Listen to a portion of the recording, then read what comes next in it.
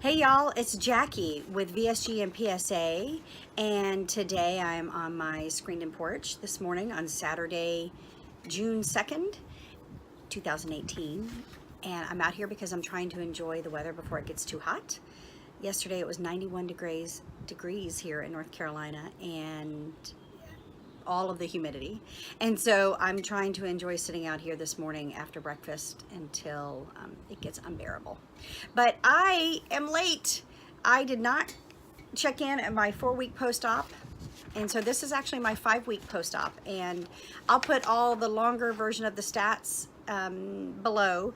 But briefly, I am 51 years old. I am 5'2". I had vertical sleeve gastrectomy on April 27th, 2018 at Rex Hospital in Raleigh, North Carolina with Dr. Dustin Bermudez. And I'm gonna have to look at my notes and put my glasses on to do my cheat sheet here. But at pre-op, my very first pre-op appointment back in, I guess really February is when I started tracking. It was 225 pounds with a BMI of 41.2. The day of surgery, I was 208 pounds with a BMI of 38. And at 4 weeks, since I skipped that, at 4 weeks post-op, I was actually 191.5. And then today at my 5-week, or yesterday really, but at my 5-week post-op appointment, I am currently 188.6 pounds. So I've entered a new, what do you call that? Group of 10s, whatever. I'm in the 180s instead of the 190s. So I'm very, very excited. So that's a BMI of 34.5. And of course my goal is a BMI of 27 because technically once you hit 27, I think that's considered normal BMI or healthy. I think healthy is a word, healthy BMI. And so that's 40 pounds since February when I really started tracking this stuff closely and doing all my pre-op, my 3-month-long pre-op medically supervised diet. So 40 pounds since then and 20 pounds since surgery. So 20 pounds in 5 weeks. So obviously that's averaging 4 pounds a week, which I think is great. I'm very happy about that. I think I'm chugging along pretty well. And so yeah, I'm excited. I'm feeling good. And so you can tell that I've lost 40 pounds. I mean, you can definitely start to tell that I've lost some weight. And my kids have made some comments that I don't take rudely. But my son the other day, every day when he goes to school, I start on a walk. And I've been walking 2 miles a day, 5 days a week for the past 2 weeks. And I think that is something that is helping me. Because in those first several weeks, I did not really do anything. I just focused on making sure I was eating the right things and doing the right things. And now I've incorporated some exercise into that. So it's only a 2-mile walk. It takes me about 35 minutes at the most if I don't stop and chit chat with people in the neighborhood. But as my son and I were walking and I was wearing a pair of shorts, he said, "Oh, the fat on the side of your thighs is there as much as it was." And I'm like, "Well, thank you, son." So he wasn't trying to be insulting or anything, but he's noticing. So people are noticing. And so that's always interesting. Again, I've always said this is all about health for me. This is about getting my body healthy and allowing me to do things in my life comfortably. Sorry, there's an airplane going overhead right now. Hopefully it'll be on in just a second. But of course, the side benefit is that you feel better, but you also look better and you look healthier and you're not as jiggly and wiggly and all of that kind of stuff and bulgy. And so, so that's nice. And I'm noticing it in my clothing. I have gone down at least 2 pant sizes, probably even 3, because I was wearing some really big size 22 jeans on me because most of my weight is in my belly and not, I mean, my thighs are big, but not really that big. Most of my weight sits in my very large stomach area. I had kind of the double stomach kind of look, and which I'll do some full body shots in just a few minutes because I said I was going to compare once a month, so I'll do that in a few minutes. But I always had to buy jeans bigger in the waist, and they were kind of always baggy in my legs, but they were bigger in the waist. So I was wearing a size 22 jean when I started this. I would buy them cheapest place I could find them, Cato, you know, wherever I could buy plus size clothes. I didn't go to the expensive stores. I just couldn't.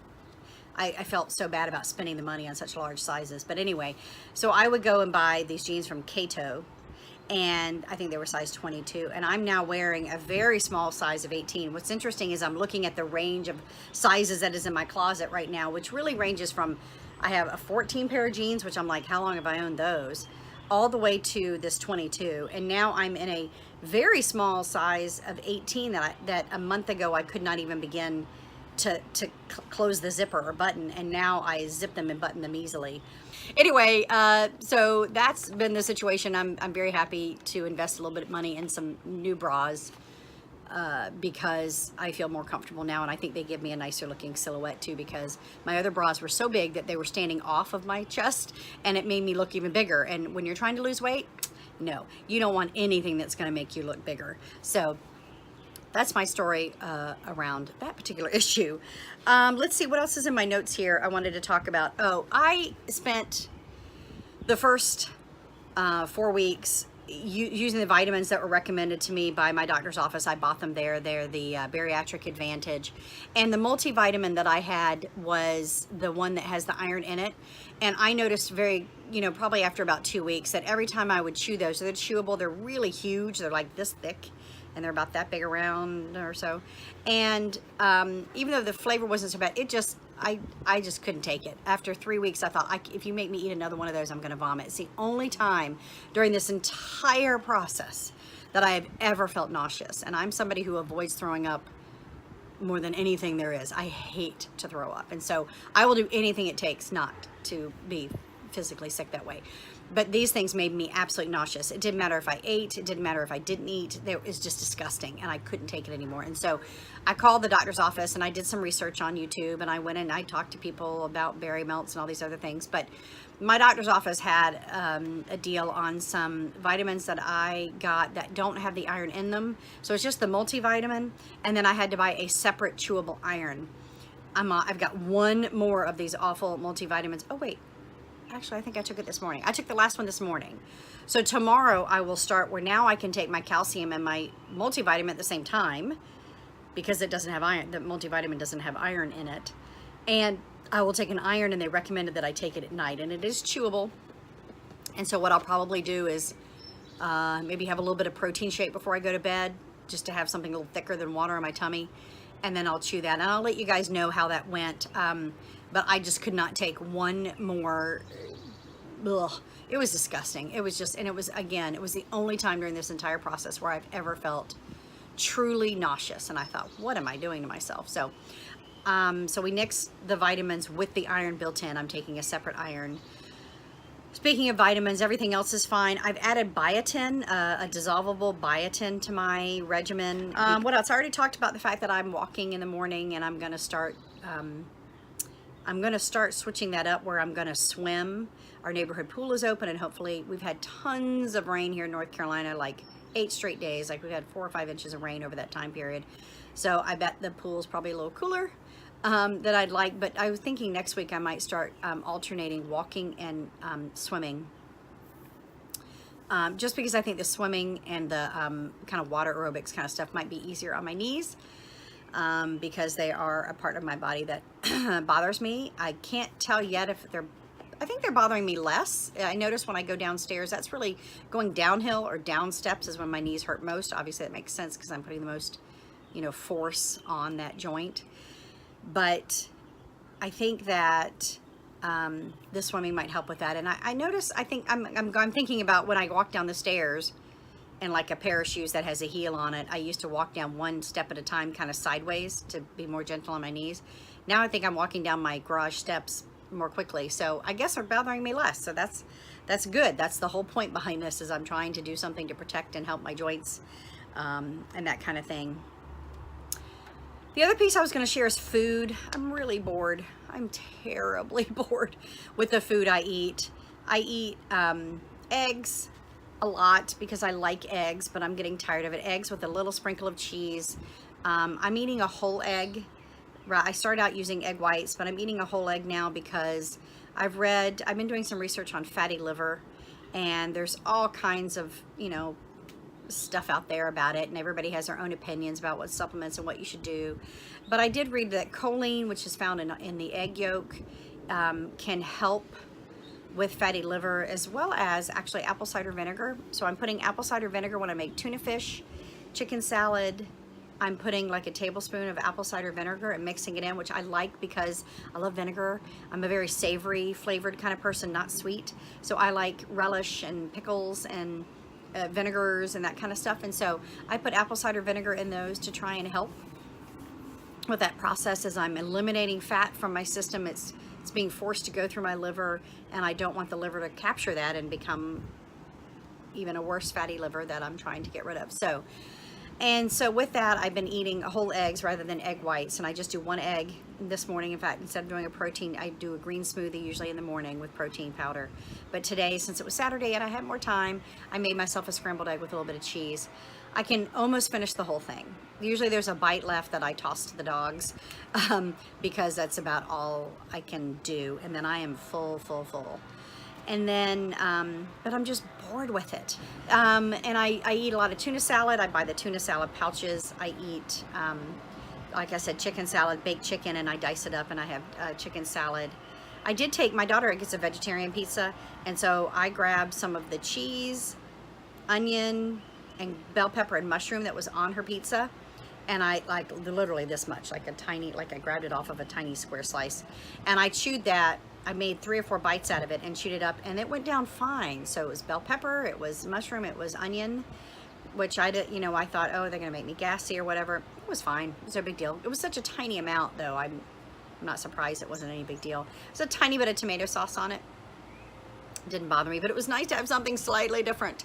So I know that I need to start being more proactive about introducing additional stuff. So I have, the other day we did steamed broccoli with dinner, and I ate the broccoli florets off of like 3 pieces of broccoli and chewed. Again, it's a gas producing kind of vegetable, but I feel like I need more greens. I miss salads, I miss cucumber, so I'm starting to dice up cucumber and eat it. Carrots, I found these Libby's pre-cooked carrots that you can get in these little packages, they're little 4-ounce packages, and I drain the water out of those, nuke them, and I have those carrots. So I've been trying to get more vegetables that way, but I'm just, I mean, it's all we do, all we think about all day long. Now we think about food all the time. I'm constantly thinking about, what have I eaten? What do I need to be eating? Which, you know, and when do I need to eat? And then it's just really, I mean, I'm at the beginning of this process. I'm only 5 weeks in, and for the rest of my life, I'm going to be focusing on very carefully picking what I eat and what I don't eat. Anyway, I'm sure it will get easier. It will get more rote. And when I see the benefits even more than I already have, which I have, that it will become much more easy to be able to pick and choose. And once I get down to a goal weight and a healthy weight, I know that I can then at that point indulge a little and have a bite of a dessert or have a little tiny piece of a couple of bites of cake, as long as I keep everything in moderation. But right now, I am being extremely strict with myself. I am not deviating from anything.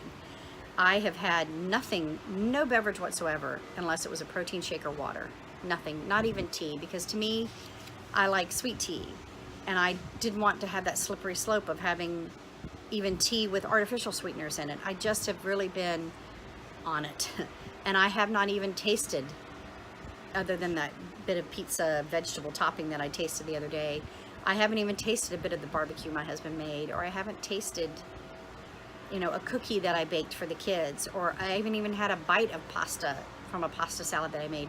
I am trying to be so strict because I feel like if I open those doors, it will be a slippery slope that I will careen down and either do one of 2 things: overeat and feel really sick, or eat the wrong thing and feel really sick.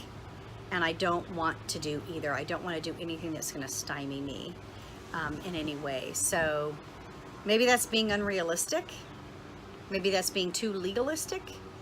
But I really do feel like that's what I have to do in order to make this work for me. And then I'll be able to branch out somewhat once I get close to or am at that goal weight or goal BMI. I'm trying to think of what else I have in here. So I track everything in MyFitnessPal. That's been a great app for me. My husband uses it too. I used it the other day because I was driving home. It was 1:30. I hadn't had lunch yet. I was at work and I was headed home, and I I thought, I've got to get on another call right when I get home. When am I going to be able to eat slowly? And I brought up on the MyFitnessPal before I left and drove home, somebody had mentioned Chick-fil-A grilled nuggets. And I brought it up and I'm like, oh my gosh, the calorie count on that is low. It's high protein, it's low fat, it's everything I need. And I went through a Chick-fil-A. This is the first fast food I've had, so talk about a slippery slope. But I said I want an 8-piece chicken nugget, assuming, grilled chicken nugget, assuming that I would only eat 4 of them. And I actually was able to eat all 8. Now they weren't huge, they were like this big. But over about an hour time frame, I was able to eat all 8 chicken nuggets. And I don't recall exactly, but I think it was like 170 calories, maybe 140 for all of them. So it wasn't calorie-wise, it was no big deal, and then it was protein that I needed. And so that helped me through my next couple of conference calls, that I was able to eat them while I was working, and so that was good, and of course that's all I ordered. But that was my first foray back into fast food, and I found, you know, it's nice. My MyFitnessPal has so many foods already listed in it, and then you can redouble check at the you know, when you go, because they have the calorie counts on their menus. They're displayed at almost all the fast food restaurants, certainly Chick-fil-A does. So, but the problem is I have yet to get more. Not a single day as I go back from starting day 1 when I got home from the hospital to 5 weeks later, I've yet to hit a single day where I've gotten more than 675 calories a day, tops. I mean, that's even with eating avocado. I eat sliced avocado. It's one of my favorite things I am eating right now. Sliced avocado with a little tiny bit of lime juice and some kosher salt, a little bit of kosher salt on it. And that's one of my favorite little snacks, but about 5 slices of that, and that's all I can take. And that has a lot of fat in it, but it's not a lot of calories because I'm eating so few carbs that the only carbs I'm eating are fruit based. So like a half a banana in a smoothie or a couple of chunks of pineapple in a smoothie. But I can't, you know, and I'm wondering, you know, is there a magic formula for number of calories I'm supposed to be eating? You know, if I go back to my book and my materials from my doctor's office, it says something like 800 calories. I'm like, I can't even get to 700 calories. In fact, as I scroll back through my MyFitnessPal's days and I look at my calorie count, it is usually under 600 calories. And sometimes I'll find, there goes another airplane, sorry. Sometimes I'll find that the calorie, you know, I'll get to the end of the day and realize I haven't even had enough protein, so I'll drink a protein shake to get the protein in quickly. And then that, again, is only like 100 additional calories, and I'm still under 700 calories. So I don't know, without eating stuff that's bad for me, or without eating more stuff, or without adding calorie high carbs into what I'm doing, I don't know how to get much higher, and I don't know if that's a problem. I mean, I'm not hungry, but I would hate to think that it would cause a stall at some point. I don't know. Anyway, I'll talk to my nutritionist at my next nutritionist appointment. I have a one-on-one with someone in my practice in July, and that's part of the whole program. And so when I do that, I'm going to really kind of sit down and say, you know, there's so many schools of thought out there. Some people, why calorie count? There's no reason to calorie count. There's other people who say, you know, you should stay within a certain calorie amount if you need that kind of control. But I don't know. I hear other YouTubers talk about how they, you know, they're around 1,000 calories, you know, and they're still, you know, only 2 or 3 months out from surgery. And I'm like, how do you get in 1,000 calories without eating stuff that you shouldn't eat? I mean, I don't touch bread. I don't touch, not even low carb stuff, because I'm still in the soft food phase. So for at least another week and a half. So I don't know. Anyway, maybe I'm stressing over stuff I shouldn't be stressing about. It's no big deal. I'm losing weight. I'm losing it well. I feel good. So I should just shut up about calories. Anyway, sorry. Thank you for the therapy session. I just did it all myself right there. The last piece is water. Yeah. So before surgery, I think I shared before, you know, I was getting in easily 70 ounces of water on top of whatever other liquids I had every day. I'm lucky. I am lucky if I get in 30 ounces of water a day, and that I'm include 30 ounces of liquid, and that's including the 1 to 2 protein shakes I take a day, which I either have a total of 4 ounces if I make it myself, or maybe 11 ounces if I'm drinking one of those Premier of liquid. The most I've ever gotten probably is maybe 42. So I don't know how I'm ever supposed to get up to that 64 ounces of water plus food and liquid. I guess eventually I'll get there. I'm paranoid as all get out about dehydration. I check the color of my urine and I'm pinching my skin to see if it doesn't relax, and you can see it does. It goes back. I mean, I'm old, so it doesn't go back fast, but anyway, so I'm not dehydrated. I've had no symptoms of dehydration, but I'm really kind of like, why can't I get more liquid in? And it's just because you can't drink 30 minutes before you eat and 30 minutes after. And I'm following all these rules very religiously. So maybe that's why I'm having an issue, is that I'm not giving myself a little bit more leeway when it comes to some of these rules. But I'm not a big soup person, so I don't eat soup, and I'm certainly not going to eat any fat-laden cream-based soups right now. Like, I would love some broccoli cheese soup, but good gracious, the calories and fat alone in that, as I'm trying to flush fat out of my system, the last thing I want to do is put a bunch of additional fat into it. So I don't eat that kind of stuff, and maybe that's why. Maybe if I weren't so legalistic about this stuff, maybe I could get additional liquids and stuff in. But anyway, but I'm sticking with it. I'm sticking with it until I see that there's a problem. I'll stick with it unless, like when I do my first round of blood work in the July time frame to check to make sure that my nutrients are good, unless I see something's wrong with my nutrients, or my nutritionist or my doctor tells me that I need to change something up, or I need to branch out, or whatever the case is, I'm just going to stick with what I'm doing. And it's obviously working for the weight loss side of things. And hopefully I'm also not doing any damage to any other systems.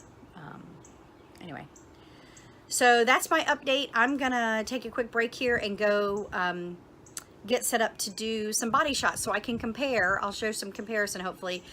If I can figure out how to do it right, might be still pictures rather than video, of where I was. I think I did it at 1 week post-op, and then I'll do it now at 5 weeks post-op, and hopefully we'll be able to see a difference. Thanks. I hope you guys have a great rest of your weekend, and leave me comments if you have any questions for me.